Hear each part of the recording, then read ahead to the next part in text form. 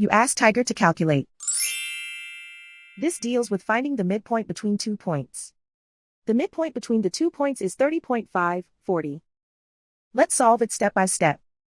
Plot the 2 points and calculate the midpoint using the formula. The coordinates of point 1 are, x1 equals 53, y1 equals 74.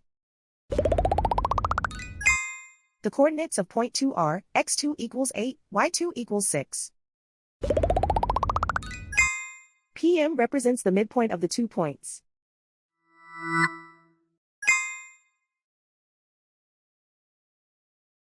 Use the x values in the midpoint formula to find the midpoints x. x1 equals 53. x2 equals 8.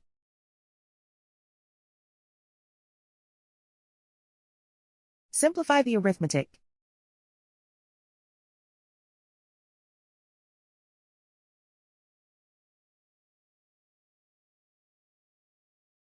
Use the y values in the midpoint formula to find the midpoints y. y1 equals 74.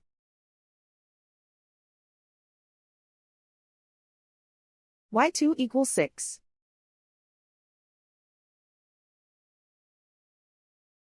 Simplify the arithmetic.